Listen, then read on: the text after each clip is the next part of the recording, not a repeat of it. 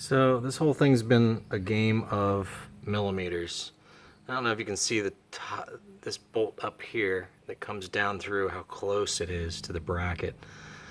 And anyhow, I don't know why I have brass and metal on the one, but anyway, this will eventually have to be trimmed. This bracket right here will have to be trimmed away. This is rubbed away because of I was driving around without the front end on the car and it rubbed it away.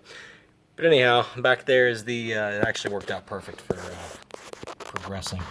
So in here's the Setrad, and back there is the fan. Okay, and that fan had to be trimmed so that it'll clear once the this here is repaired. And the reason why we put these brackets on here is because instead of it only holding from those 2 bolts up there, I wanted it to hold from all 4 bolts. So this bracket basically unifies everything. So we had to wait forever on those. They kept telling us like, oh, they're just a couple days away, and then next thing you know, 2 weeks later, they're on back order forever. So anyway, we finally got them. Back here we got the all thread. We were running the all thread underneath originally, which we could still do, but now we're putting it on top. It's actually just sitting back there loose, and it really can't go anywhere because that bolt goes exactly up to the bottom of that tank, and so the all thread really can't go anywhere. It just sits there on there. And so then we have this, and that's reinforced from behind with our custom made brackets.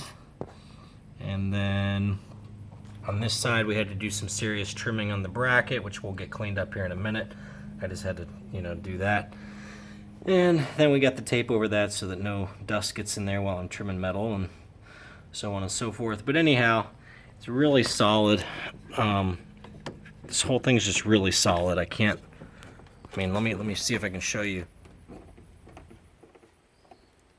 I don't know if you can see that the wheels are moving back and forth, or if it just looks like I'm moving back and forth, but this thing is really, really, really solid. So it's not going anywhere. So that's good. And then as far as the clearance goes, I'll make you another video here in a second. I had to trim away this bottom corner here and rounded it off. It's just a big game of millimeters, but that's just so that if and when the front end flutters against there, it's a smooth surface. And realistically, I'll probably create some sort of a rubber pad to sit on there as well. So anyhow, that's where we're at. I'm about to tie it into the oil today and change the oil in the car.